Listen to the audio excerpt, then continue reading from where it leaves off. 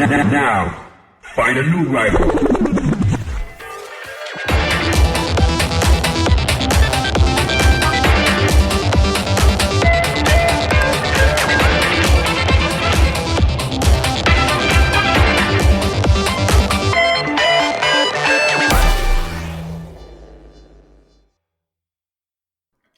This is The Gorge. It's a podcast where my friend Sara and I gorge ourselves in overanalyzing a topic. The Gorge is brought to you by Patreon. That's patreon.com/thegorge, where for just $5 a month, you gain access to not one, but two entire podcasts. Takeout gets you... Wait, no, shit! Hey, can you tell we've recorded this episode twice already? Takeout gets you $2. No, wait. No, Takeout. No. I'm not going to give you $5 for listening to Takeout. You pay us. It's the other way around. Shit. $5 gets you Takeout, a monthly commentary track where Ben and I decide we don't feel like playing anything, so we're just going to talk over it instead. And $2 gets you the backlog of That's Hell You're Walking Into, a monthly series where Ben would ask me questions about Fate Stay Night, Fate Grand Order, and the extended Nasuverse, and I would do my damnedest to answer it. Including such wonderful questions as, what's going on with the moon? Don't worry about it. But this month, $2 is going to get you something a little different. You'll see. We're still working out the kinks. What else? It's at the end of the month. We've just made peace with the fact that a Patreon content, we're never going to get the deadline, so Patreon content is always going to come out at the end of the month. At this point, it's just part of the release schedule, baby. So yeah, if you want that and more, head on over to patreon.com/thegorge. Kick in however much you can, from $2 to $10 to $50. Please do not actually give us $50 a month. That is the scam tier. But if you do, we will appreciate you terribly, so thanks. And thank you to Robin the Bun, Rodsters, Ben's Delivery Service, Palm of Power, Jathby Drata, Steel Condor, Nihar Butt, Red Lantern Reviews, Holy Star 64, Neon Hellcat, Patrick Perez, Rosie 1/2, Saturn, Alice Marks, Magus, Jack, Liam Lane, and that other one dude. Fantastic. So this is the second time we have attempted to record this episode because we had audio recording problems. So, Ben, what are we talking about? We are talking about, just in general, the concept of a rival character. Okay. So this is an idea you floated to me a few weeks ago to talk about, and so you are kind of holding the reins here, my man. Yes. So tell me what you're thinking. So in general, I think one of the things about rival characters that we probably don't really consider too often is how many different kinds there are. Right. And I think they can be summed up into about 4 distinct categories.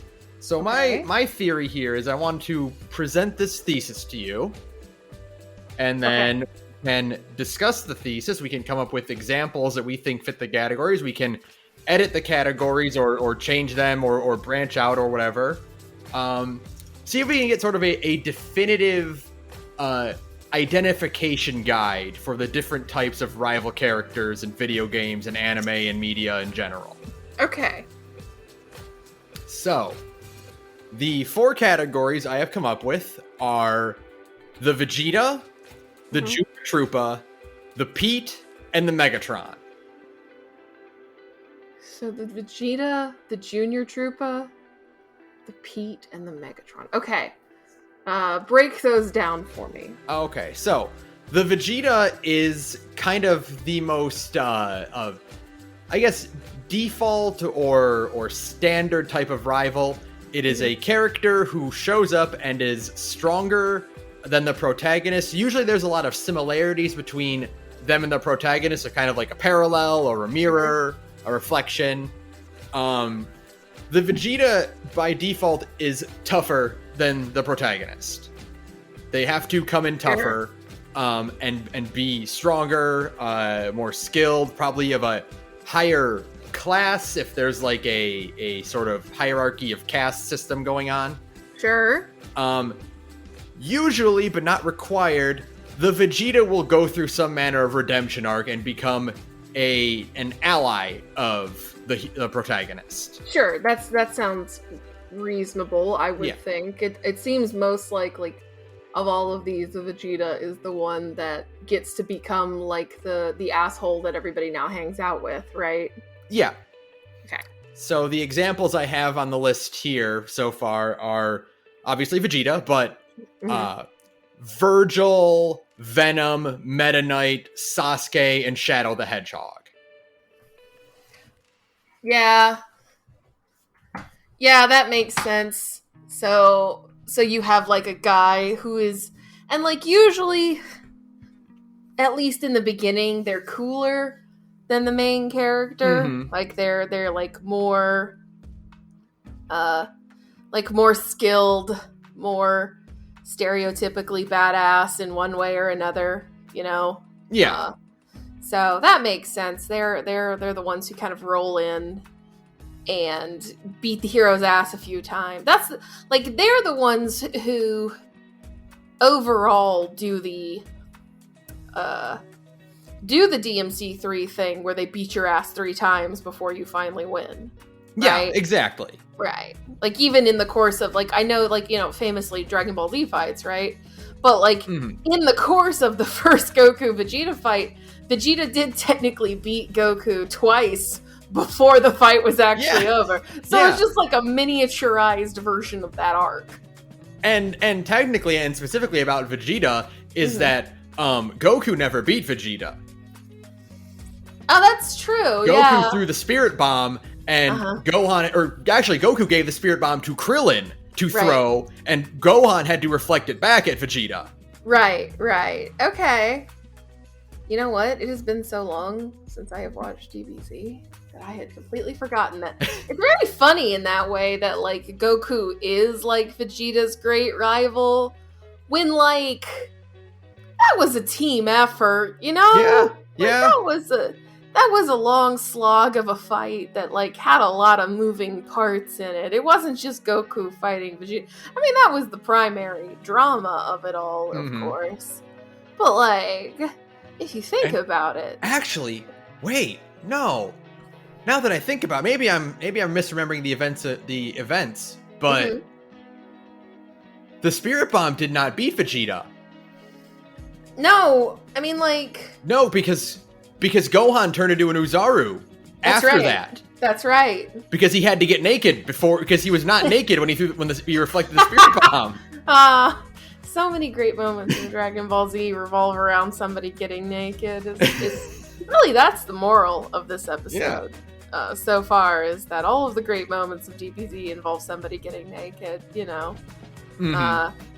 But yeah, no, it's in terms of like the rival characters, that's who, you know, that's your most classical of rival characters. Okay. The next one, the Junior Troopa, is kind of a variation. Like, I guess if you want to branch them into two casts, the Vegeta and the Junior Troopa are one, and the Pete and the Megatron are another.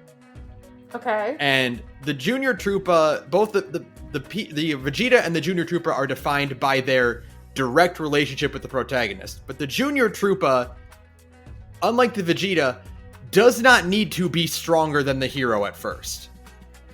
What they do need to be is far more persistent. I immediately know what kind of character you're talking about. Yeah. Yes. In fact, whereas the Vegeta is occasionally like the primary antagonist, or at least like a notable antagonist. Sure. The Junior Troopa can be side content. Yeah, the Junior Troopa is just a guy. Like, yeah.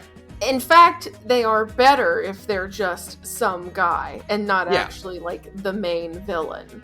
If they have any sort of connection with the actual primary antagonist group, it's tangential at best, and they don't care one whit about the antagonist's goals. Okay. Right? Okay. Yeah, absolutely.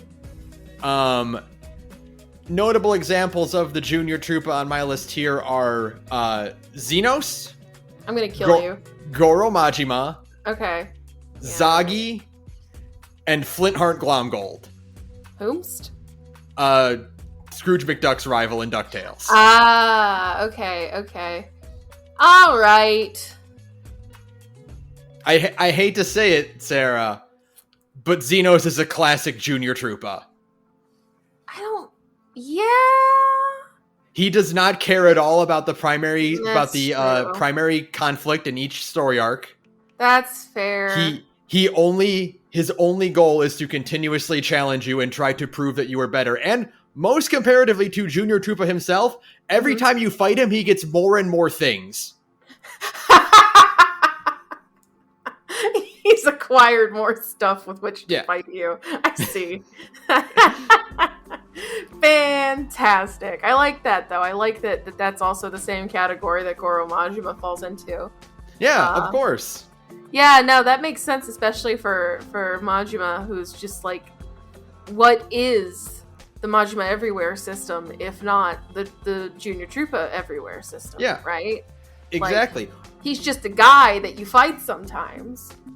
And also one of not necessarily a defining category, but one of the things that you can use to determine whether or not a rival is a Vegeta or a Junior Troopa is more often than not, the hero doesn't actually care about the Junior Troopa. Okay. in the case of characters like Majima, Zagi, or Flintheart Glomgold, right. The protagonist doesn't give a shit. Right. This is just some guy that keeps bothering them. Sure. So wait, I don't actually know. I guess Junior Troopa is from Mario RPG. He's from Paper Mario. He is he is a rival character who famously constantly shows up to have a boss battle with you. Okay. And because he's not going, and he shows up. So Paper Mario's idea is that like you have different methods of attacking. You can jump, you can use your hammer, you can use items, etc., etc. He will upgrade himself every battle to prevent you from using one of those abilities. Like he has because he hatches from an egg, so he has he has the top of his egg shell on his head like a helmet. Sure. He turns it into a spike so that you can't jump on him. Okay. Or he'll grow bat wings so that you can't use your hammer on him. That's great. I will say, thinking about this now though, in terms of the Vegeta, because you're making me think of it more, like, you can start out as a Vegeta and become a Junior Troopa, because that is really more so what happens to Xenos, and also to Vegeta himself. Yeah, that is kind of true.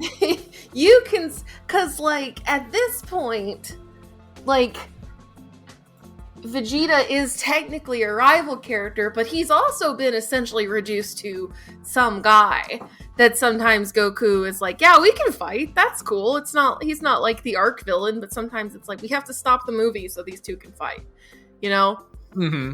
So I'm saying, that's what I'm saying, is that, like, depending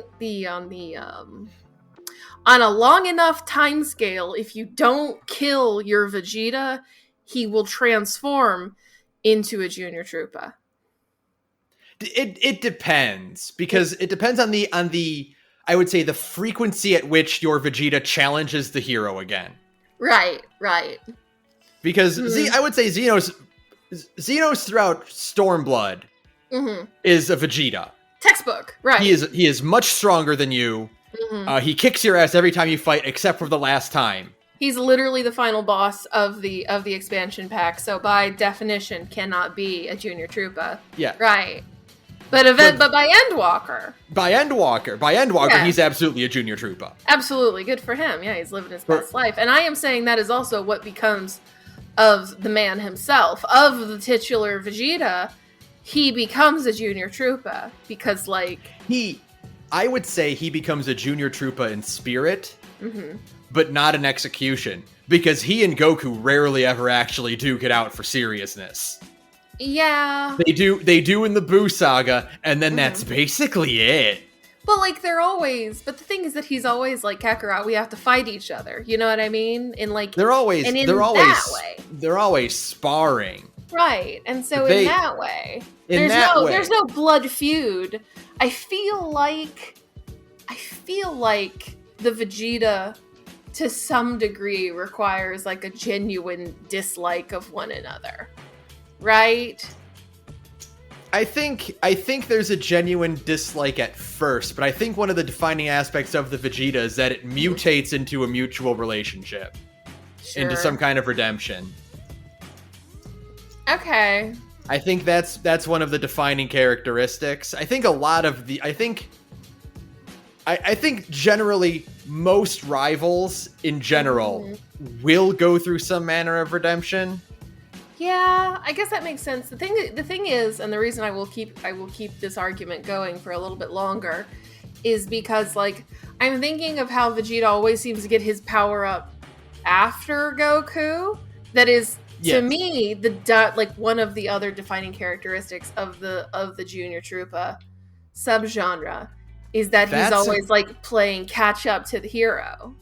That's a good point, actually. There you go. Because he's always, because, like, you know, the how you've explained the Junior Troopa to me, the character that is that every time he gets his ass kicked by Mario, he's like, well, I'm going back to the drawing board, and I'm going to have my new cool power with blackjack and hookers.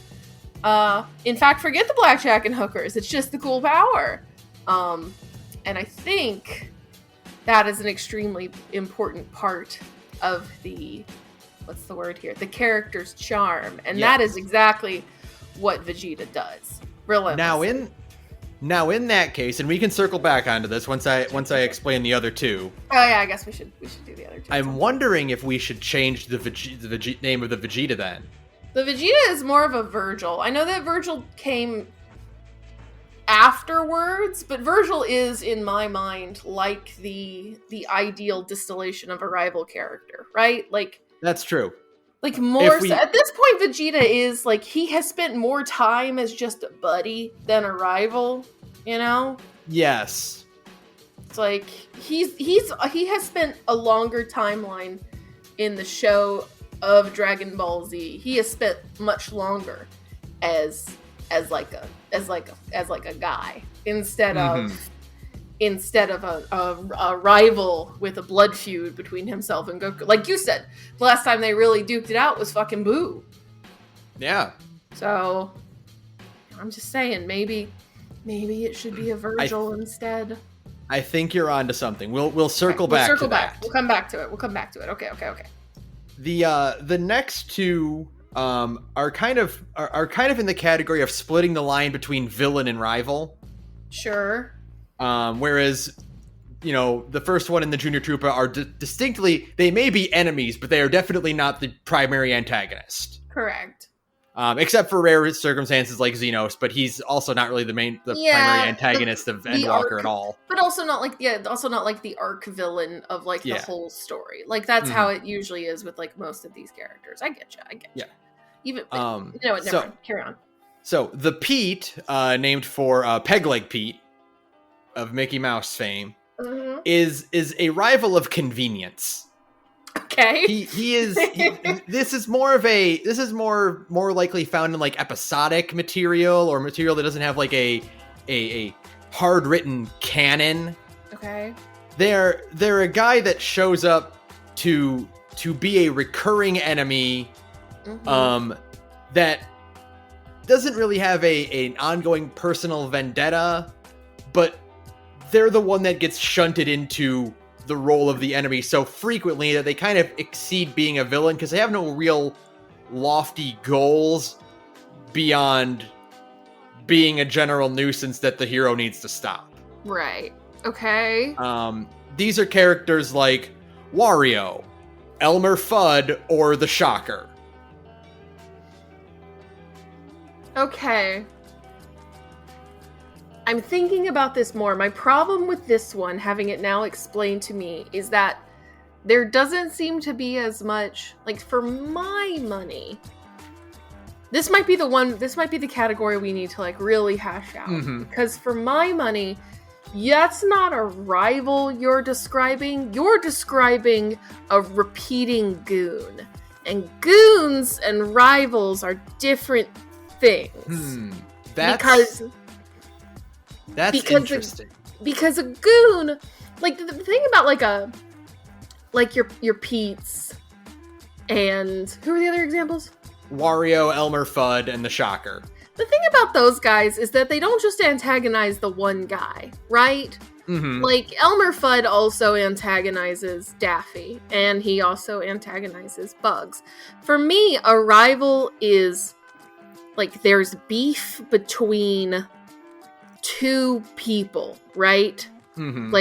Like the beef, the definition of a rival is that it has to be between two people. And the problem with, like, your Pete's and your Elmer Fudds and what have you is that, like, they're gonna antagonize anybody as long as they're on the good guy's side, right? Like, it's not really a personal vendetta against a singular hero. And that is why I don't think that's really a rival, more so a goon. You know? Okay. A recurring goon. Okay, I'm trying to think of, like, do you know what I mean? Am I making sense? Now, here's the question then. In that regard, if we were to refine this and kind of narrow down like specifics, would you consider, say, Tom or Wile E. Coyote? Yeah, but that's because they are solely. I would say Elmer Fudd falls into a rival more so, but, like, Pete, less so, because he's going to antagonize anybody, right? Mm-hmm. Right. But, like, the thing with Tom is that he's always chasing after Jerry. I feel like we're having a conversation out of Deadly Premonition right now, by the way. Tom is always going to chase Jerry, and Wile E. Coyote is always going to chase the Roadrunner. That is your standard rival relationship. Now, Sarah, and don't get mad at me for putting these two characters in the same category. I'll come through this computer and kill you if I have to. Would you consider Wile E. Coyote a junior trooper then? Is he in the same category as Xena C.A. Galvis? No. Because there's a different, like, degree of, what's the word here? Pride, I guess. Like, the junior trooper wants to win because, like, they're like, I want to prove that I'm the best, right? Right. The Wile E. Coyote is just wanting to catch the Roadrunner to eat him, ostensibly, the same way that, like, technically Tom wants to catch Jerry, even though Tom would never eat Jerry. You know what I mean? Mm-hmm. I feel like there's a specific subset of, like, Elmer Fudd, Tom, and Wile E. Coyote, and there's a lot of other, like, American cartoons that do that kind of a villain, but I wouldn't know what to call them. Like, how to distinguish that between, like, a junior trooper, right? I think it's like a level of emotional investment, maybe? I think there's emotional investment. Mm-hmm. There's also competence. Yes, absolutely. This category here, the what formerly the Pete, is more than anything else defined by failure. That's correct. Yeah, absolutely. Whereas any other rival category group you disguise could pull a victory. Yeah, absolutely. They are a legitimate threat. I feel like if we want to call this the Coyote or the Elmer. Yeah, I think it's more so an Elmer. You know, the Fudd, if you will. The Fudd. I think they are defined by the fact that they are always going to be set up to fail. Right, yeah. And when you start seeing that, you start seeing, like, when you accept that, suddenly it's like, oh, okay, well, there's definitely, like, lots of anime examples of that. I don't actually watch Yu-Gi-Oh, but I feel like that's Kaiba. But I feel like Kaiba might be an Elmer Fudd, you know? You know, I think... I don't know. I don't watch a lot of Yu-Gi-Oh! I don't know what Kaiba's scoreboard looks like. Kaiba is more of a Virgil, but, like, I don't watch Yu-Gi-Oh! But I mean, I know enough about Yu-Gi-Oh! To know that he lost his first battle against Yugi. Because Infamous, Oh, okay. Yugi got the Blue Eyes White Dragon out, or the Exodia out first Kaiba- battle. Kaiba is an Elmer Fudd then. If he lost the first battle, yeah. Yeah. Yeah, Seto Kaiba is an Elmer Fudd. 100%. Kaiba is a Fudd that wants to be a Vegeta or wants to be a Virgil. Absolutely. Other notable example I think that falls into this category. Is like Gary Oak.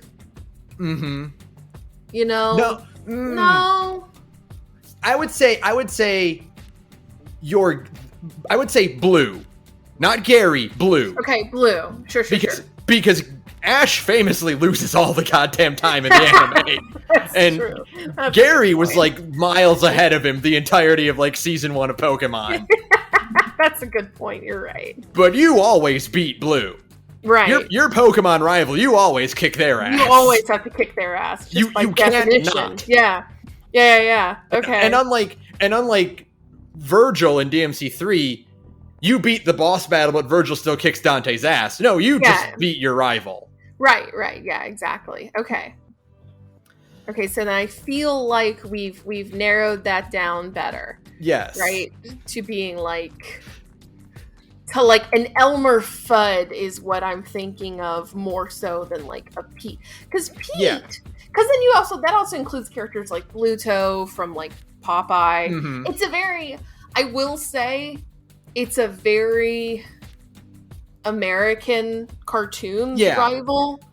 And that's fun. And I think that also kind of comes from like, I've always heard that like when kind of talking about the difference between, for example, like English TV heroes and American TV heroes, English TV heroes are always a little bit self-deprecating. They're a little bit more like, they're not so, braggadocious, but like your average American hero is always like very, they're always the guy that comes out on top, mm-hmm. against like their usual rival. That makes sense for it to be a very kind of American idea. But yeah, you see that a lot in cartoons like that. Okay. I think we're getting somewhere. I like the Elmer. I like that we've narrowed this down to something a bit more focused. A bit more direct. Yeah. We've got the FUD. Yeah, absolutely. Yeah. And now the last one, the Megatron, is one that really blurs the line between a rival character and a proper villain. Mm-hmm. Now, I think what makes the Megatron still a rival is that even though they are ostensibly the villain, they have an army of henchmen. They are the primary antagonist of whatever franchise they come from. Sure. They have a very direct, specific history with the protagonist. Yeah, of course. They instead of defeating the hero because the hero is an obstacle in their path to world dominance, mm-hmm. they want to dominate the world and also defeat this specific enemy because of a history that they have. Right. Okay. But they are more, because see, at that point, that sounds like the we have a history kind of thing is more of a Virgil thing. But right. It is very specifically in still being the final boss. It is. Say. Their destruction of the hero, their goals to destroy the hero, is also in service to their greater plan, right? Of conquering the world or destroying the universe, etc., etc. Sure. Okay. They also I think define what separates them from the Virgil is that they have a lot more in terms of resources. Yeah, it's not just one guy with a sword walking towards you slowly. Yes. I think besides Megatron, examples of this are Bowser, Dr. Doom, Lex Luthor, and Dr. Eggman. These characters that not only do they want to conquer the planet, but they have someone that infuriates them. Yeah, absolutely. Yeah, it's absolutely, and the idea that they're, what's the word here? Their dislike of a specific hero can more often than not be like, it's what stops them from winning sometimes. Yes. Right? Where like, you are on the verge of victory. And you're gonna do it, you're gonna win. But Superman is still alive, goddammit. And even though you're still gonna win, it's not enough to win. It's that Superman must lose. You know what I mean? Yes, exactly. Okay. And usually, more often than not, this hatred comes from before the hero stops their first plan. Yeah, I definitely think this is the most of all of the villain types. This is the most obsessive. Yes. Right? It's the one that's like most like fixated on destroying the hero. Yeah, because they also, unlike the other categories, they have so much more they can be focused on. Yeah, they have so many more like resources and things they should be doing, but instead they're focusing on the rival figure, you know? Mm-hmm. Okay. Okay. There are so many times Dr. Doom or Lex Luthor could have actually accomplished their goals. If Doom was willing to let go of this rivalry with Mr. Fantastic and actually work with him, he could accomplish that utopia he's dreamed of. Yeah, but he hates Reed Richards so fucking much. Yeah, but it's just so deeply ingrained that he gets in his own way as a result of it. Mm-hmm. Absolutely. I completely understand. Yeah, that one tracks. That one tracks perfectly. I'm thinking a lot of what was that one really good Lex Luthor miniseries? Was it just Lex Luthor Man of Steel instead, where he makes like the Hope character? Or whatever her name was. Was it Hope or Faith? You know who I'm talking about. It was a really good Luthor miniseries back in the day. And that's another one where it's like, you could get so much accomplished if you would just stop fixating on Superman, but the problem is that you can't.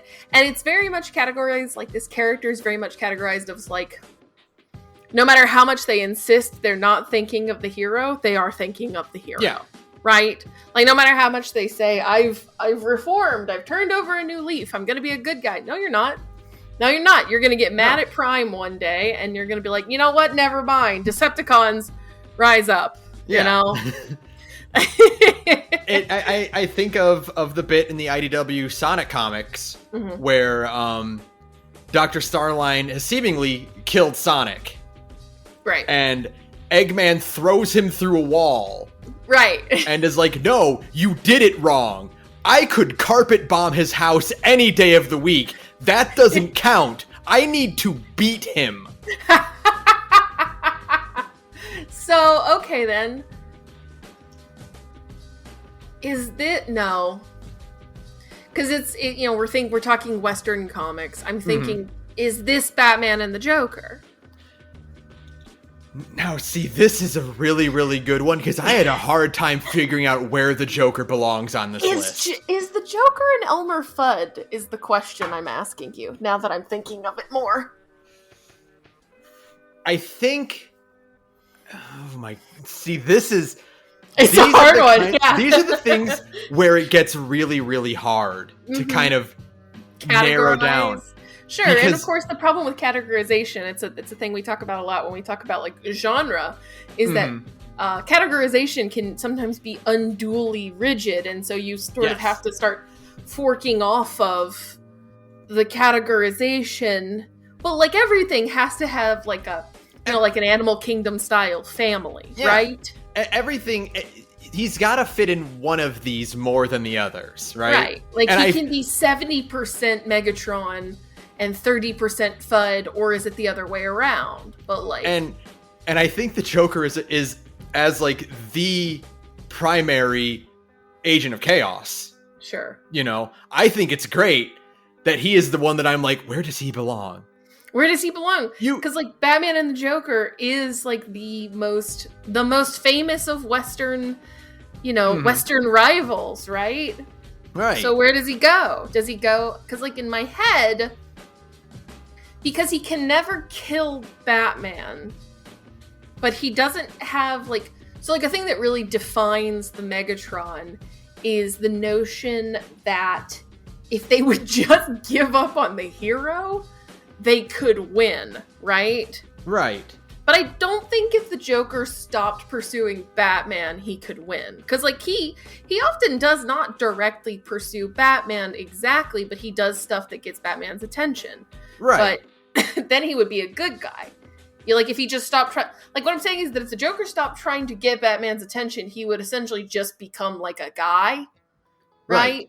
Because everything he does is to get Batman's attention. So because he can never win, he can never really kill Batman, and he doesn't really want to, I think that makes him a FUD. I think that's where he fits the closest, but he does win enough that he's not pathetic, because the FUD is defined by not being an actual threat. Sure. So does that make him a junior trooper? I don't know, but that's because the Junior Troopa is a villain.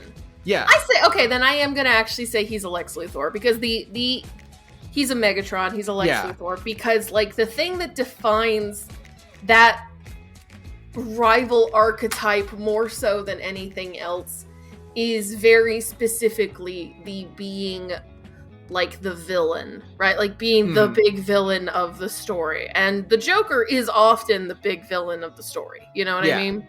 Like, he is always the agent of chaos that is kind of making other bad things happen. I'm thinking of specifically the Christopher Nolan Dark Knight movie, right? Like, that's kind of his role in a lot of these other comics, where it's like his being an agent of chaos is kind of the locus upon which other villains, like, spin, if that makes sense.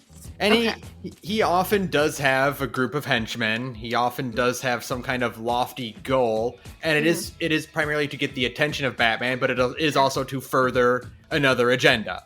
Right, of course. Okay, I think the Joker fits in there in the Megatron fairly well.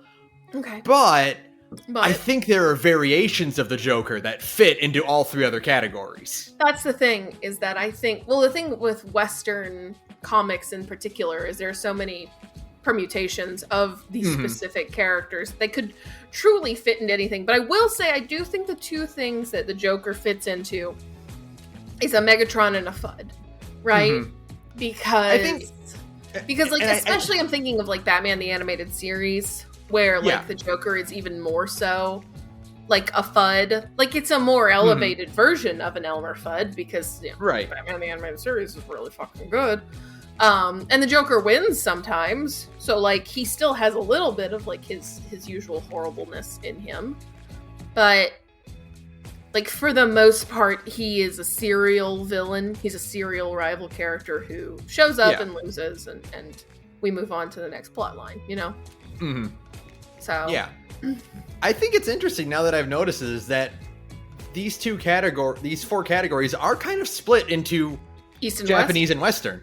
Yeah, absolutely. Yeah, absolutely. I noticed that too. Yeah, and I mean, we could dive into that all night, because it kind of comes from a going back to, like, American protagonists versus, like, protagonists in, like, anime, and again, like I said, like, British protagonists, because, you know, like, you think of heroes on, like, the BBC and stuff like that, right? They're kind of a different type of character.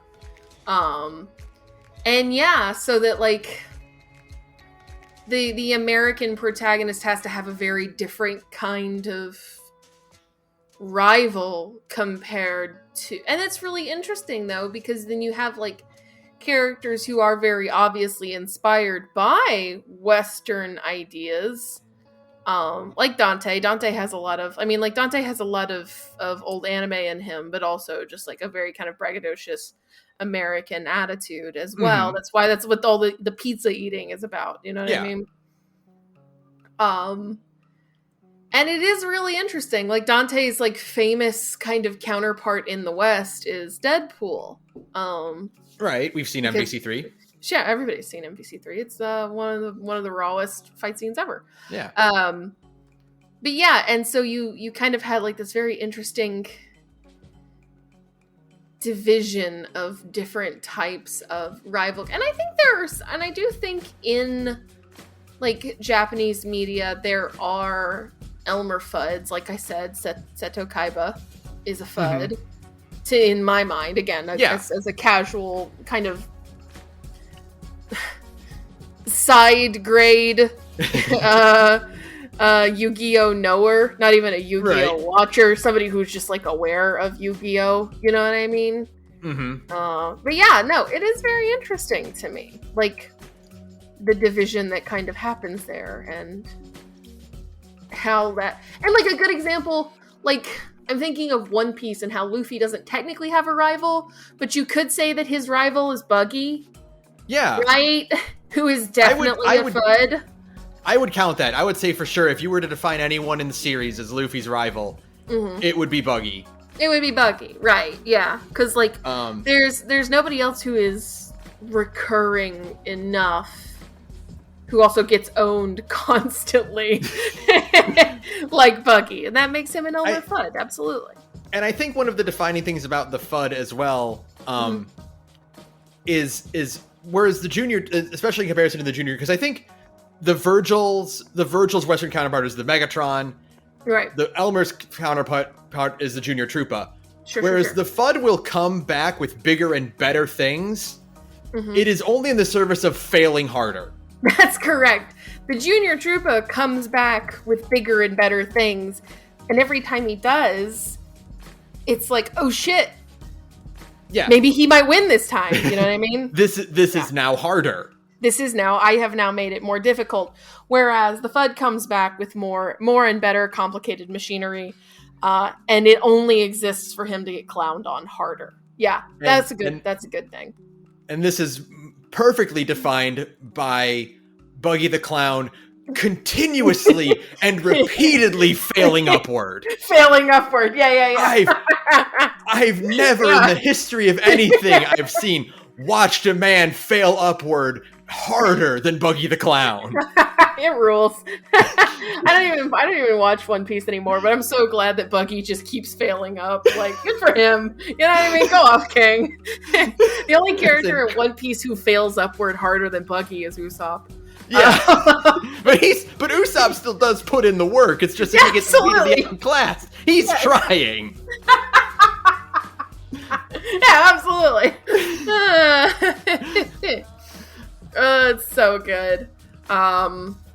Who else am I thinking of that like is a Western character? Okay, he's a one-off character, but I thought of him while we were talking about it, and I think he's a Fud. Andy from Cowboy Bebop. Cowboy Andy from Cowboy Funk, the greatest episode of Cowboy Bebop ever made. Shut up. He might be a one-shot Fud. He's a and I know that he's only a one-shot guy, but like, one, that is literally a top 5 episode of Cowboy Bebop. Fuck you. It's extremely good. And 2, like, he so specifically just gets on Spike's nerves, and like, doesn't really beat him, but also kind of does, but also, like, you know, at first he's like, at the very end of that episode, he's like, I will never accept you as a cowboy. And then 2 minutes later, after fighting like Spike for such a little while, he's like, I see now that you are the real cowboy. Yeah. And he just sucks, and I love him. Like, I think Cowboy Andy is a great character, and is probably, and is like, whereas like, you know, because we're talking about rival types, like Vicious is for sure 100% a Virgil. Like, he's got a V in his name. He predates Virgil, so like you could make the argument. Yeah, he does by like technically like it should be his technically the category should be Meta Knight, but you know, I think Virgil defines it a little bit more. Sure. Kind of like how we could say like, yeah, the category of the Megatron should be Lex Luthor instead. Right. But again, Megatron is like, you know, somebody who comes later defines it better. Yeah. But like, you know, Vicious is absolutely the fucking Virgil, down to the whole beating Spike, you know, 2 times before eventually, you know, losing at the very end of the show. But Andy, sweet, sweet baby boy Andy, with his Cowboy Andy branded soup, and his ending the episode riding off into the sunset on a horse saying, "Call me Musashi." That's an anime FUD. I love him. That's a FUD. That's a FUD. I think he's great. But like, what else? What else? What else is there to now? So okay. One that kind of I feel like kind of got lost in the weeds when we switched from the Pete to the Elmer. Sure. Is where does Wario fit in this category? Because the thing about Wario is that he is obviously a direct parallel of Mario, right? Like Wario and Waluigi are like the ubiquitous evil doppelgangers, right? Sure, but he doesn't really harass Mario that much. But that's kind of like the sticky is that he in what little cutscene or cinematics we get for the various sports games or whatnot, Wario is there to be a troublemaker. Right. And he is defined so much by his doppelgangerness of Mario. Mm-hmm. And they have fought at least once. That still doesn't make you a rival, I don't think. I think that he, like Pete, is actually a goon. I think even though, like, Pete has, like, somebody else that though in like actual Disney shit, not speaking of Kingdom Hearts, of course, Pete is just like an asshole. But I think that just being like an asshole bad guy doesn't necessarily make you a rival bad guy. And I think Wario and Pete are both just goons, you know? Okay. Like, I think that's a whole subclass of bad guy that we have to contend with. Right. Just kind of like what the Pizza Riddle was, just the enemy of convenience. Yeah, absolutely. He's just your enemy, but he's not your rival. You know, he'll fight anybody. They are going to concoct some dastardly scheme that happens to interrupt something the hero is doing. Right, exactly. Now see, that's kind of interesting, because if I'm thinking about it, in a way, this would mean that someone like Yosemite Sam is not necessarily a FUD. No. Because Yosemite Sam is often doing something that interrupts Bugs' life unintentionally. Yeah, absolutely. That's not a rival. That's a goon. There's a whole type of guy that is not a rival, but could be mistaken for a rival, and that is the famed goon. Like I said, they're a bad guy, and they harass the protagonist, but they are not specifically. I think the thing that defines all rival characters, and like if you're asking yourself, is this a rival character? The question you have to ask first is, do they care about the hero? Like, do they care that the hero, like, not even in a good way, although obviously it's funnier if they do like the hero but still want to beat their ass. Again, see Majima and Xenosia Galvis. But like, primarily, step one, you have to ask yourself, in this flowchart of bad guys, do they actually care about the hero? Are they thinking about the hero? And if the answer is no, my friend, that is not a rival. That is just a villain. You have just got a villain, perhaps even a henchman, but not a rival. Now, specifically, do they care?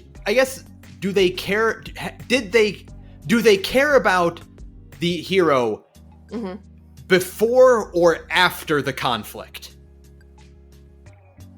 That's what you have to ask yourself. Sure. Because at the time, of course, they're going to care, because this is a conflict and they have to outwit an opponent. Sure. But did they go looking for that hero, or afterward, are they concocting their next plan to take down the hero? Right. Okay. Now that's when you got to start thinking, like, that's when they're a bit more closer to being a rival. Sure. But even then, like, Virgil is never Well, that's not true. That's what DMC5 is all about, that Virgil can't take an L. But DMC3 is Virgil doing his own thing, right? And he is, of course, like we said, the platonic ideal of a rival character. And it's just that Dante shows up. However... Oh, but I would say Virgil cares a great deal about Dante. I will say he cares a great deal about Dante, but he is not actively... Well, that's not true. He really did put the whole tower there to be like, come fight this! Yeah. So, that's a good point. Yeah. Alright, I concede. I do think the caring... I don't know if they're necessarily... If the scheming constantly... Not necessarily the scheming constantly, but do they have thoughts about the hero after that fight? Yeah, absolutely. I think that's the most important thing. Yeah. Is that like, if the hero is on this character's mind often, and this character wants to fight / hurt / kill the protagonist, and like they devote a significant amount of time in their thought process to the hero, baby, you've got a rival character. Congratulations. But like, Wario does not think all of the time about Mario. Wario only thinks about money. Yeah, you know? That's true. So I don't think that makes him a rival character. I think that's the most important part. I think we've cracked the code here. We're really sorting this out. Yeah. To understand like what defines it. I think Wario and Waluigi are interesting cases because they're like the insect that has evolved to look like some kind of predator when they are themselves like not an actual threat, you know? Yeah, absolutely. Yeah, there's no difference between them and like a bug that can make themselves look like a snake. You know what I mean? Yeah. Exactly. That they are, you know, like a moth that looks like owl's eyes, you know? Sure, absolutely. It's that they are putting on the guise of a rival character without actually doing their part, which is very Wario and Waluigi, actually. That's true. They're not actually doing any of the work, but they're still like kind of sneaking their way in to be a rival character. That's very in tune with what kind of character we're working with here. Okay. Yeah. So there's like a they're not actually rivals, but we could call them like the Wario, where it's like they look like a rival, but they're not really a rival, but like they don't go in the 4 categories, but like you do still have to keep your eye out for them. Yeah, exactly. I think I think the Wario is a good category for that. The Wario is a type of, we could spend even longer talking about the type of goons that there are in like TV and video games and anime, but we would surely be here for 6 hours because there are so many types of goons. I mean, you've got your Starscream, you've got your fucking. I mean, if you kind of like, let me see here. I mean, the Virgil has his Arkham as as a goon. Yeah, Megatron which is funny. has a Starscream. Which is funny, though, if you think about it, because Arkham is the final boss of, like, not the final boss of the game, that's still Virgil, but he is the actual villainous force upon which the story revolves. Like, like, DMC3 happens because of Virgil's ambitions. Right. But Virgil's ambitions cannot be realized without the aid of Arkham. Right. Right? And so... We can't do this. We'll be here all day. No. I'm saying there's a difference between Starscream and Arkham, and they are the same type of character, but again, different classes. No, we'll be here all night. My God. And I think this is one of the other characteristics of the Vegeta is that whoever the actual primary antagonist of that franchise is, not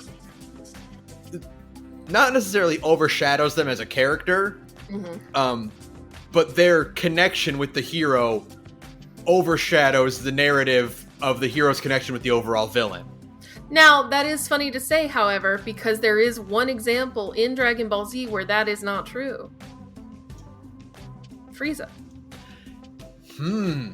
Frieza is if we're talking about a Japanese Megatron, who is a more apt Japanese Megatron than Frieza. Ever since Frieza came back for Super, you're correct. That's correct, because Frieza is even more fixated on beating Goku than at this point. Vegeta's just like happy to be a junior trooper. You know what I mean? Yeah. He's very comfortable in his place as I think the other thing about junior troopers is that they're okay with being junior troopers. Oh yeah. I think like they're having fun as a junior trooper. You know what I mean? Yeah. Their drive, their motivation, their reason for existence is to fight this person. Right. Yeah. And you know what? They're just having a good time being here. And in that case, I can't, as somebody whose current Twitter handle is Sara with Xenos derangement syndrome, I can't disparage that classification of him as a junior trooper. It absolutely fits. However, Frieza is a Megatron. Frieza is the most Megatron that's ever Megatron since the man himself. I think one of the and wait, who came first? Megatron? Because didn't the Dragon Ball... No, because like Transformers is 1984 and the Dragon Ball manga, like Dragon Ball, started in the 1980s, but that was just Dragon Ball. You know what I mean? Like we didn't get to Namek until the 90s. Dragon Ball started in 1984. Wow, really? Yes, really. Megatron is the ultimate example of. Mm-hmm. I always thought Dragon Ball was a little older than that. Nope. No, Dragon. I would think Dragon Ball would be like 1982, maybe. Yeah. No, I always Dragon thought Ball, but Dragon Ball didn't start in the 70s. You know what I mean? Right. Yeah, but I always thought like 1981 or so. No. No, they were contemporaries, which is very funny to me. Yeah. But no, Megatron is like. He is the Megatron, of course. But yeah, no, Frieza is 100% that. Now that he's back from the dead, especially, like, ever since Super, like, that's not true. You know what? No, that's not true. I'm taking it back. Frieza established himself as a Megatron when he came to Earth after getting, like, obliterated by Goku on Namek to be like, I'm here to fight all you monkeys, and then got owned by Trunks. That was the moment he became a Megatron. Yeah, I'll give you that. That is very accurate. Yeah. He put himself together in a shitty robot body, came all the way across space to come to Earth and be like, hey fuckers, I'm here to fight again. And then of course got owned immediately. However, still. You know what?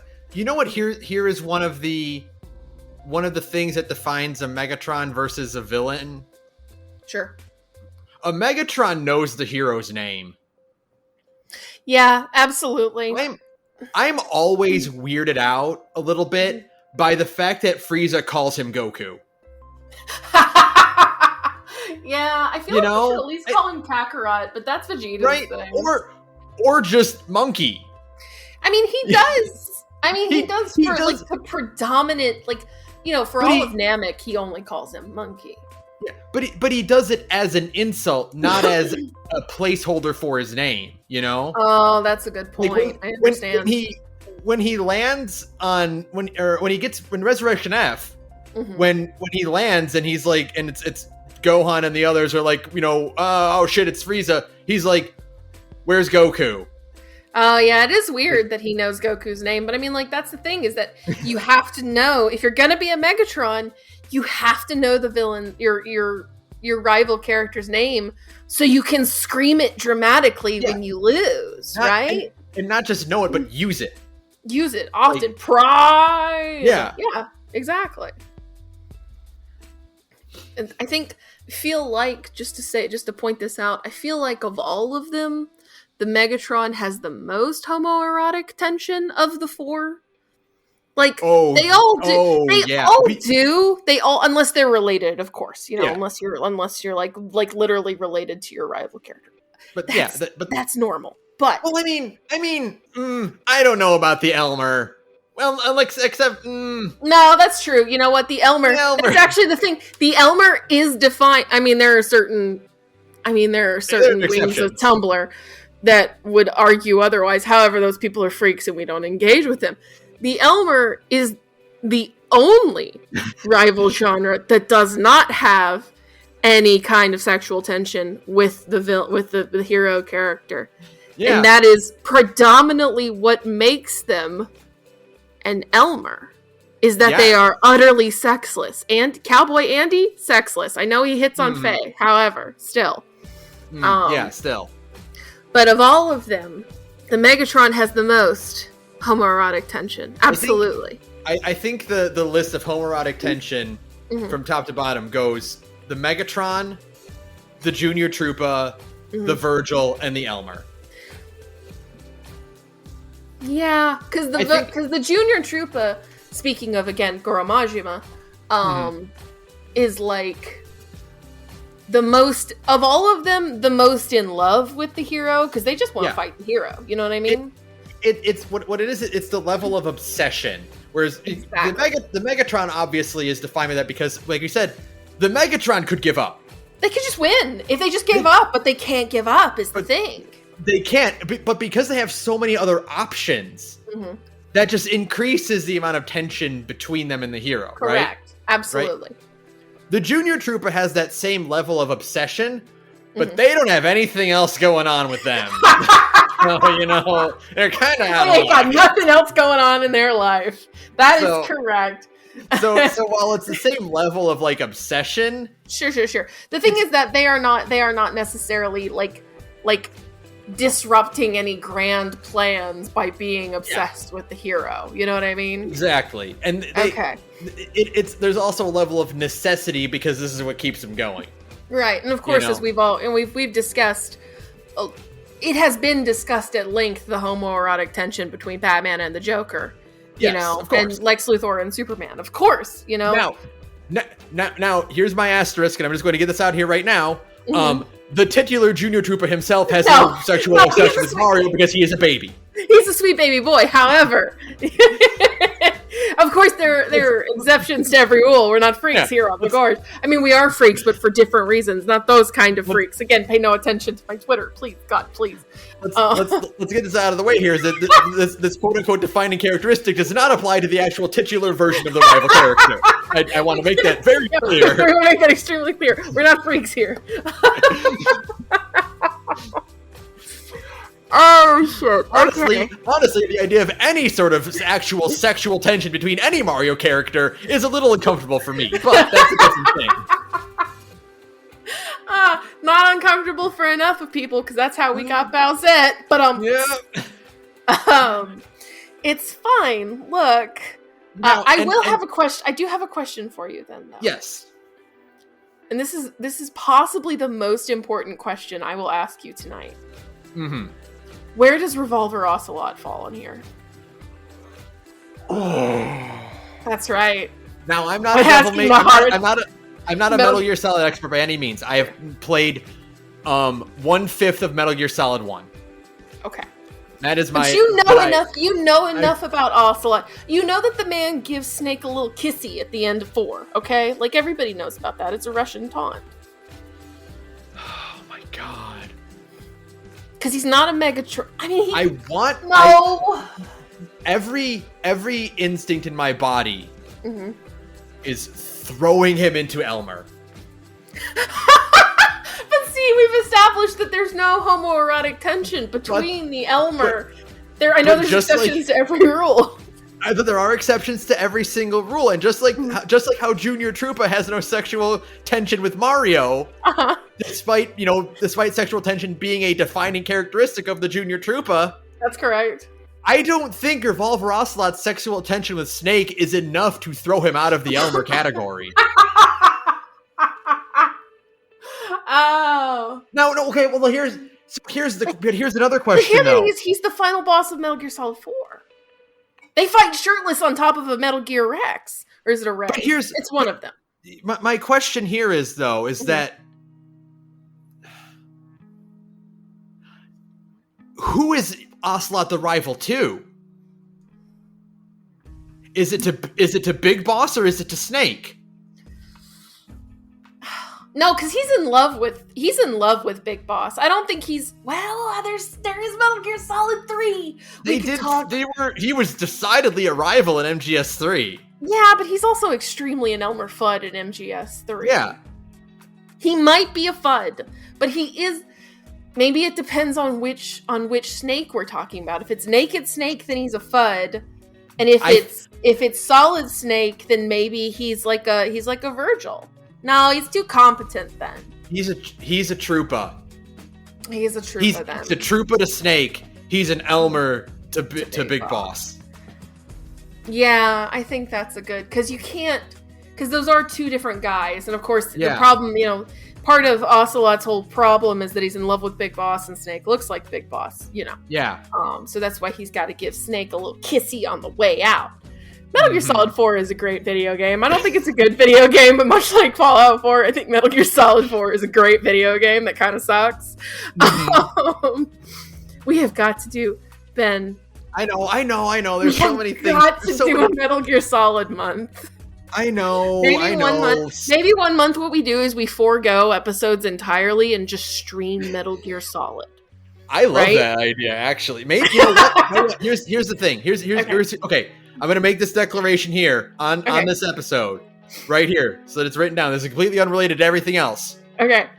When the road to KH4 ends, I will do God, what do we even call that? The infiltration of Metal Gear. Yeah, we have to do Metal Gear because, I have so much I could talk about with Metal Gear Solid. Just the first 4. I haven't played 5 because who cares? We'll play 5 together. We'll play 5 together. We'll go through that whole stupid adventure together. We'll climb that whole stupid mountain together because, I have so much to say about Metal Gear Solid. The point is that Revolver Ocelot is 2 different types of rival characters, and that's actually an interesting thing because the same character can be a rival to 2 different guys. Right? Yeah, 2 different types of rivals. That actually makes me think a lot of I know Hiroaka is bad now, but I'm thinking of Todoroki and Bakugo and Izuku, right? Yeah. There is clearly some sort of weird rival triangle going on there. Mm-hmm. But they each are something different to each of them at this point. I think as far as Deku goes, mm-hmm. I think. See, so here is what's kind of an interesting subset of. I think they're both Virgils. I think Todoroki and Bakugo are both Virgils to Deku. Okay. Right? Because, but here's kind of the interesting aspect of it.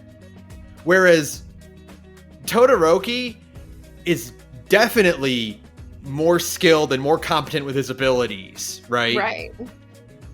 He doesn't really have any grudge against Deku. Right. He's just kind of like an upperclassman who is kind of like the kind of guy that you would chase after. I want to be better than you. Right. Because that kind of gives me motivation to improve myself, right? Sure. But that's still a Virgil, right? That is still... Yeah, I think I was actually going to ask you that question as you were saying it. So if there are characters that you don't necessarily hate, but you are chasing after them, which is a very, sports anime kind of thing. Right. I'm chasing after my senpai. Is that... But they're a nice guy, and they don't actually beat your ass ever. Yeah, but they're just more skilled than you. Is that a Virgil? I think so, because I think the Virgil, one of the things that also defines the Virgil is that more than the others, they're most likely to be redeemed in some way, right? Fair. That's fair. Meta Knight doesn't really fight Kirby anymore. If he ever fights Kirby, it's because he's been brainwashed or something, right? Fair.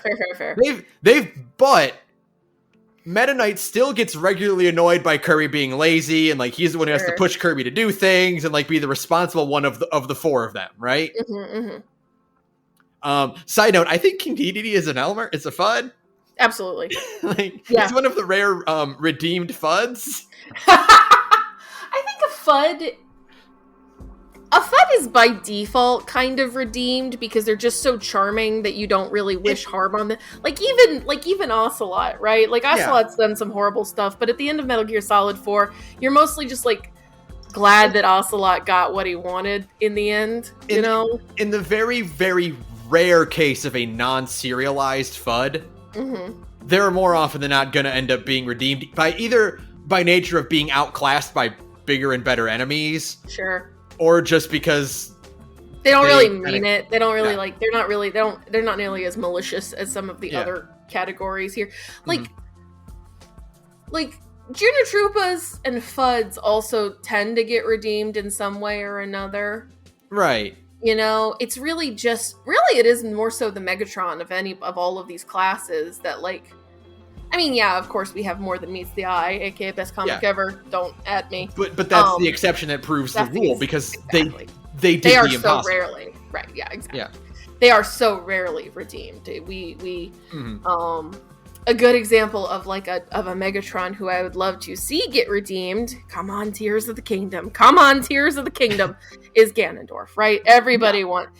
At this point, Ganondorf being a Megatron is kind of tired, which is really saying something because nobody really gets tired of like the Joker being the Joker and Lex Luthor being Lex Luthor.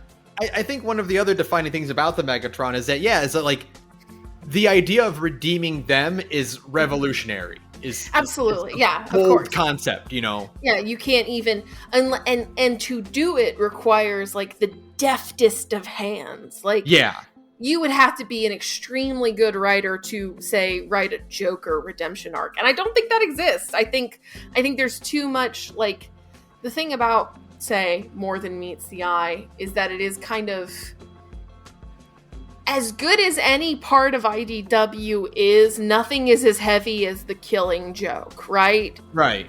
And so because of that, you can, to some degree, still say, like, okay, you can write a very specific kind of Megatron redemption arc that just doesn't exist for, like, the Joker or Lex Luthor or whatever, right? Right. But I think Ganondorf falls under that category of, like, the rare bad guy that could get redeemed. Especially because, like, in Zelda so much revolves around these cycles of reincarnation. Like, I think the reason people want that redemption arc so badly, like I am obviously including myself in those ranks because, you know, obviously I played problem everybody played Wind Waker and we're like, okay, but he kind of got a raw deal. He was kind of right though. He was kind of right though. Like he kind of got a shitty deal, right? Yeah. And so like we all played Wind Waker. But, like, you know, the thing about, like, these cycles of reincarnation is that you just for once want to see this guy who, like, makes all the bad choices make the right choice for once. There's catharsis in that. But we could talk even more about redemption arcs. My God, we could be here all night talking about redemption arcs. Because redemption arcs are a thing you have to navigate very, very carefully again. But I think that, like, part of the catharsis of a redemption arc and the reason why people want to see them in villains is because, one, a villain is not a real person. Step one, extremely important. A villain is everybody out there on Twitter. A bad guy in a story is not a real bad guy who actually hurts for real people. And so you start to kind of project onto the villain in the sense of, like, I mean, obviously this is varied between individuals, of course, your mileage may vary, as they say, but you start to long for a redemption arc because you, the individual who has imprinted on this character very deeply, please do not look at my Twitter, Sara with Xenos derangement syndrome, you have started to kind of, like, understand that, like, well, I am also a human who has made many various and sundry mistakes in my life, and I would like to be forgiven for those mistakes and be able to move on from them. And I think that's the source of redemption arc catharsis, right? Is the putting yourself in someone else's shoes and believing that if, like, somebody who has done a really bad thing can maybe make the correct choice for once and get a happy ending out of it, then you also, a fallible human who has made a lot of bad choices in your life, can also receive some sort of validation and redemption and lead a happier and more fulfilled life, right? Yeah. I think that's why people crave villain redemption arcs in general, you know? Like, I think this is why rival characters become so ubiquitous with redemption arcs in general. Sure, absolutely. Is because, well, we want someone that the hero can fight, but we like the idea of them growing enough to become the hero's an accepted part of the hero's, like, circle. Right, and I think that's why the Megatron redemption arc is the hardest to navigate, though. Is because they are the ones who typically hurt more people surrounding the hero. Mm-hmm. So it's harder to kind of get over that hump, right? Because they are so defined by their hatred. Right, exactly. Like we've said that they have the most sexual tension, but they also have the most just tension in general. That's correct. You know? Yeah, absolutely. They're so defined kind of by their obsessive thoughts of the hero. And part of the rival redemption arc is to some degree, giving up the obsessive thoughts of the hero, right? Yeah. And once they let that go, mm-hmm. we've said that if they just give up, they could lead a more fulfilling life. Right. But to them, if they give that up, then they have nothing else. They have nothing else. Yeah, exactly. Like, that's the whole thing. Like, you know, going back to our example of Vegeta, the whole thing with Vegeta's redemption arc is that he finds other things to find meaning in. Yeah. Right? It's to find meaning in, like, family and like, additional connections other than just, I have to fight Kakarot. And, like, Virgil himself, who is the defining rival character, like we said, part of his whole thing is like all of DMC5 is about examining that obsession and then breaking away from that obsession to be able to say, well, I just want to fight my brother because it's fun, not because I have to prove that I'm better than him. Right? As we always fucking say in our group calls, I always wanted a real brother relationship. Yeah, exactly. You know what? There's an interesting one. Proto-Man. Proto-Man is a Virgil because Proto-Man's a definite Virgil. He's a Virgil, especially in the sense of like a character that you chase after in that sense too, you know? Mm-hmm. Like he obviously shows up and is a bad guy, but is even more so moving on.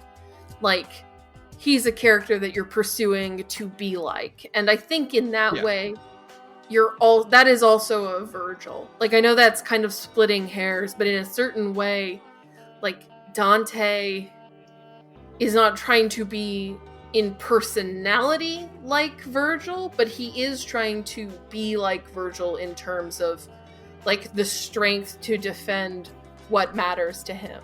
Yeah. Right? Like that's what that whole, power thing is about. Mm-hmm. Yeah, exactly. So how did we've really gone off the deep end here. We've gone so deep into this, but I love it. I think we're really getting in there. So we've established we have our Virgil, we have our Junior Troopa, we have our FUD, and our Megatron. So you nailed it pretty well kind of out the gate, like in terms of classification. There was only one that really needed some adjusting. Yeah. I think anything can fit into these categories pretty well. I think like with Ralph Rosslot, you can have some that fit into more than one depending on the circumstances of what they're getting into, right? Sure.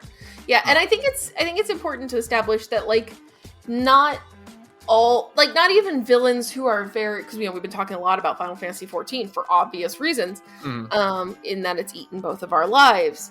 But like not every villain who has like big plans and stuff is a rival character, even when they are fixated on the hero. Because I'm thinking of Emmett Selk, right? Right.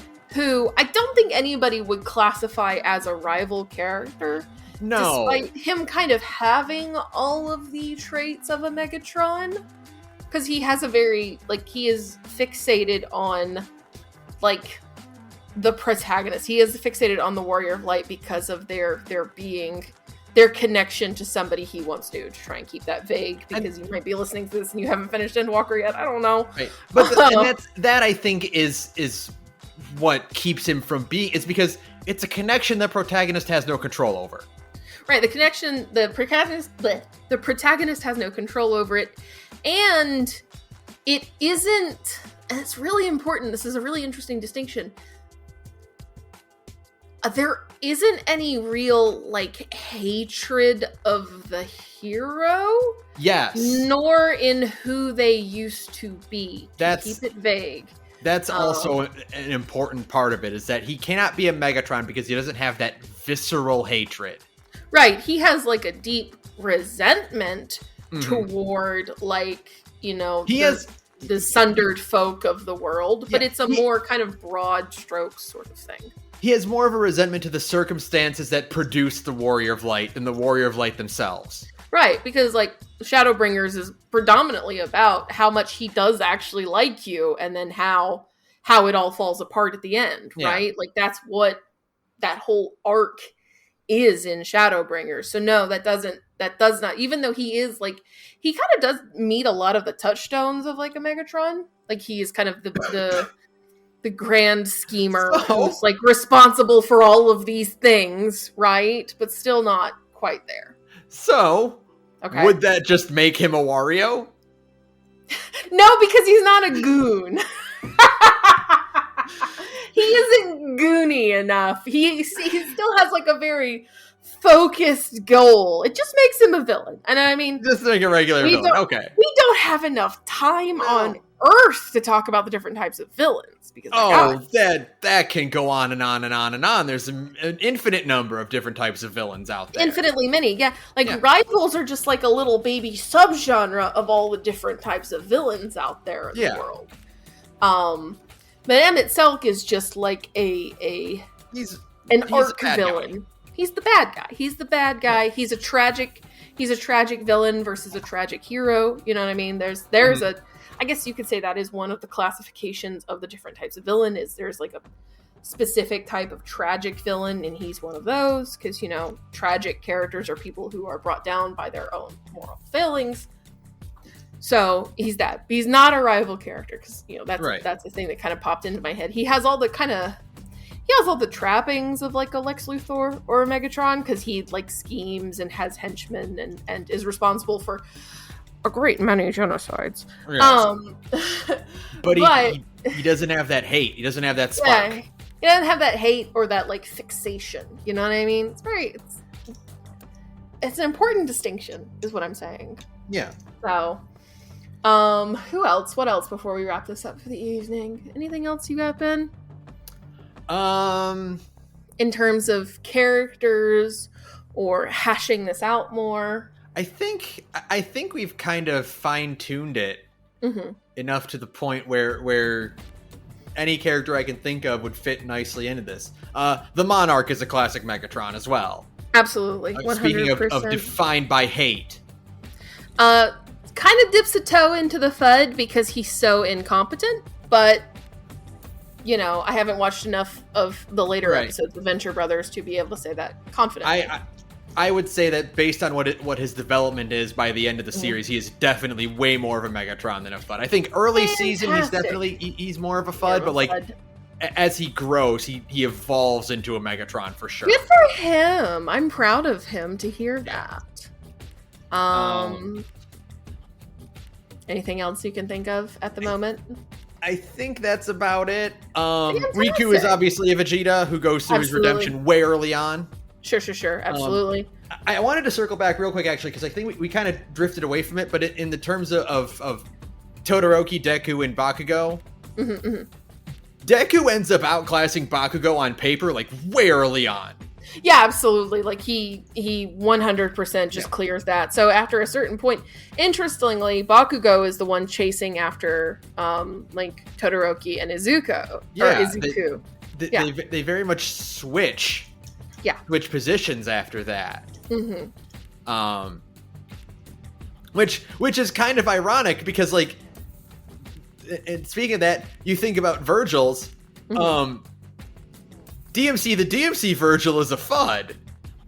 Oh, DMC the DMC Virgil is absolutely a FUD. It is cartoonish how much of a FUD he is. I don't even mean that necessarily in the terms of like, haha, DMC the DMC is bad, all characters in it bad. I mean that, like, the events that happened to that version of Virgil slot him more into the FUD because he is always outclassed by Dante. Sure, and he's always just kind of a bumbling asshole. Yeah. He is comically bad at getting anything done. Correct. And his final battle, he's still not even close to being stronger than Dante. No, not even a little bit. It is really stunning, honestly. Like, you know, they and that is the thing, is that I think we have a lot. I could not tell you right now a Western Virgil. No, Venom. See, I don't know. I don't know enough about Spider-Man for that one to count. He has powers that are similar or direct parallel to Spider-Man. Mm-hmm. He was introduced as being way stronger and way more deadly and dangerous than Spider-Man. Mm-hmm. Spider-Man only won his first battle through sheer luck and but here's my question. My question here is that does Venom, as we've established, does Venom care about what Spider-Man is up to? Yes. Okay. That's the symbiote is obsessed with Peter because Peter abandoned it. All right, then I will concede, because I don't know enough about Western comics. Yeah. That I will give Venom the rare Western Virgil, because there are not a lot of them. There's really not. Now I know that with the advent of modern animation being more influenced by anime, you could probably if I went and watched more modern, more cartoons that have come out in the last 5 years, I could maybe find a good example. I don't really know what's going on in the Owl House, but it kind of feels like that's what's going on. I feel like there might be a Virgil in there. I think there's a Virgil in there. I'm not 100% sure, because I'm not really that interested in the Owl House, but Oates, when you listen to this episode, tell me whether or not you think Sasha is a Virgil to Anne from Amphibia. Yeah. I can kind of see it, but I'm interested in what your perspective of it is. Cool. Yeah, we'll talk about that at some point in our secret Patreon episode. Here, Sarah, here's one, since I'm thinking of prestigious Western cartoons now and the stuff that I've watched recently. Sure. Demona and Xanatos. Oh. Demona. Xanatos is a Megatron, but no, because. Oh, do you mean Demona's hatred of Xanatos? No, I mean, where Demona in terms of the New York clan. Oh, okay. How do they, or to Goliath specifically? Because she's not a rival. She's his ex. That's a different. Well, I know, but there's a different. I know. There's different vibes there. The vibes there. So is Majima. Oh, fantastic. So is Xenos for about 90% of FF14 players. I don't know though, because what is an X if not a dedicated rival? I don't care. You're right. What a fool I am. However, I'm still making the argument that she's not a true rival character, because I don't she has so much of. She has a deep loathing for Goliath for sure, but she antagonizes everybody. She antagonizes Goliath and Eliza, that is true. The distinction is in the antagonization of a single person, right? That's she hates. She's got her own thing. She hates Goliath for sure. Yeah, but she's also doing her own thing a lot of the time. Yeah, she hates Goliath, but she doesn't let it control her actions. Right. Yeah, exactly. That's- And Xanatos isn't even really a Megatron. Like because because he's not obsessed Goliath with hates Goliath. him. He Yeah, doesn't hate that's it. Goliath. Yeah, he is extremely. He just sees Goliath as a means to an end. Like there isn't Yeah. like that passionate, obsessive hatred. Like, you know. So no. That's really interesting. These two characters who, again, should on paper should be very distinct. Like Demona should be a junior trooper. Sure, absolutely, should but be- she really isn't. Is the Yeah. thing. And Xanatos has all the trappings to be a Megatron. Of course, but he But- does not have that he does not have that fixation on Goliath. Like he just thinks of Goliath as an amusing means to accomplish his own goals, right? Yeah. Like he does not hate Goliath. He likes Goliath. Like Yeah. I think you could watch Gargoyles and come away with the notion that Xanatos likes Goliath, despite the fact that Goliath hates his guts. I just watched an episode where Xanatos invites Goliath to his wedding. His wedding, yeah, exactly. He likes Goliath, and I think that's an important distinction between like the villain, like the Megatron specifically. You know what I mean? Yeah, for sure, for sure. So yeah, no, I think so. Yes, I do think your ex can be your rival character. I will say that I think your ex can be your rival character. Again, that's literally what Endwalker is about. Right. There's no other plot in that whole fucking expansion pack. But like, I think Demona being Goliath's ex is like a huge like contributor to why she is the way she is, but it doesn't make her a rival character, if that makes sense. Yeah. Okay. I can get behind that. Because she isn't really fixated on getting back at him. Like she does evil shit and it means they cross paths.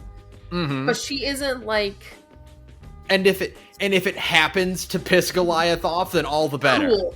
Yeah, absolutely. She's super happy about that, but that does not necessarily mean that's her only goal. She has her own desires and plans. Exactly. Right. So, Demona is a type of villain. She isn't a type of rival, you know. Yeah. Okay. So, you know, then you have your various Satsuki, Kiryu, and Virgil, of course. Yeah, we're obviously a of Virgil. of course. I think So, an interesting subset of the Virgil is the bitchy girl. absolutely, yeah. I love me a bitchy girl Virgil. I would like to see more of them because they're always a delight. Yeah. We need more girl Virgils, if you will. So, but yeah, no, I think Gargoyles is a really interesting example of really nuanced villainous writing character, you know? Yeah, for sure. Like I would love to do a Gargoyles rewatch. Fuck. At some point. I've already got enough on my plate. Yeah. So is there anything else? I think that's about all I can think of right now. So we have our Virgil, our Junior Troopa, our Fud, and our Megatron. That's what it boils down to. Okay. I think those are the four kings of rivalry. Yeah, absolutely. I think that's totally acceptable because you do have to leave space for for guys who are just who just want to fight you but aren't they aren't as cool or as serious about it as a Virgil, right? So that's why a Junior Trooper has to exist. And then you have your Fuds, of course. And then Megatron you would think would fall into the category of just a villain. And yeah, they're a subgenre of villain, again with these family trees of character types. But that is a rival, and because nobody would say that Optimus Prime and Megatron aren't rivals, right? You want to see Prime and Megatron fight. Exactly.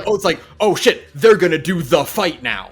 They're gonna do the thing now. That's the best part of Transformers Prime is that they deliver on them doing the thing. It rules. Yeah. So okay, well, any final thoughts?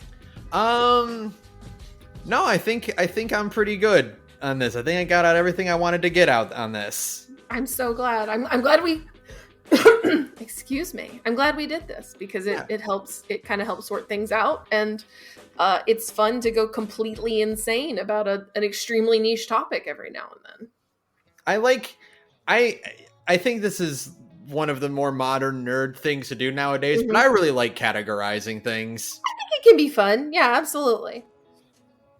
I think getting into the nuance of who fits where is a lot of fun, especially right. for bullshit that doesn't matter like this. Exactly. As long as it's like dumb bullshit that doesn't matter, it's a blast. So, okay, do the outro, All right. Ben. That'll do it for us. Thank you to Broke Free for use of background music. You can follow me on Twitter at The Gorge Podcast. You can follow Sara at Radio Inactivity. You can email us at thegorgepodcast.gmail.com. Email us what kind of rivals you think fit in what category. Please do, or add us on Twitter, please, Yeah, please. Or message us in the Discord about it. That's right. You should join our Discord, where we will almost certainly be talking about this extensively after this episode goes up. And if you want to listen to Sara have her rivals of her own, I'm assuming, listen to her other podcast. I haven't really had a decent rival in all of Big Gay Nerds yet. I need to. You might want to like. No, that's not true. I actually had in the old Blades in the Dark route. I actually had the most classic of rivals, in that my rival was my twin brother. So that's perfect. right. So hey, I'm in another podcast, if you haven't noticed, called Big Gay Nerds, where me and a bunch of cool queer friends get together and we play tabletop games. We have played everything from Dungeons and Dragons to Blades in the Dark to Monster Hearts and offshoots of those systems and everything in between. My God, we've played all kinds of stuff.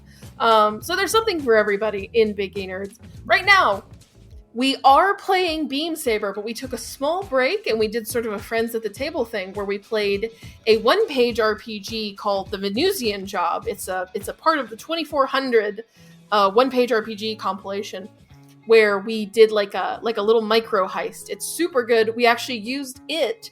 We used a completely different system to establish more lore for Beam Saber, which is the main game that is running right now. Yeah, very cool. So yeah, we are Big Gay Nerds, wherever you get your podcasts. And yeah, come check us out. Thanks. All right, that'll do it for us. What do you got for this one? Oh my God. Who's the worst in terms of having to actually fight them rival character? Because that's who it is, right? Like who's the most annoying character of the rivals to have to fight? Is it that fucking Kingdom Hearts fight where you keep having to hear Sora go, I won't let you take Kairi's heart? The Riku 2 fight? Is it Riku 2? Is it Riku fuck 2. Riku 2? I think it might be fuck Riku 2. Because, like, everybody, I think we all have, like, generational trauma from that one. Before they let you skip cutscenes, yeah, man, you were going to hear that thing over and over and over again. You're going to hear that shit over and over. Have fun, idiot. You're just like, I won't let you take Kairi's heart. I think just in general, fuck that rival fight that you know the one. You know the one, yeah, exactly. You all got one. It's your Virgil 3 or your whatever. Like maybe it was one of the Zagi fights. You're just like, I cannot fucking stand this thing.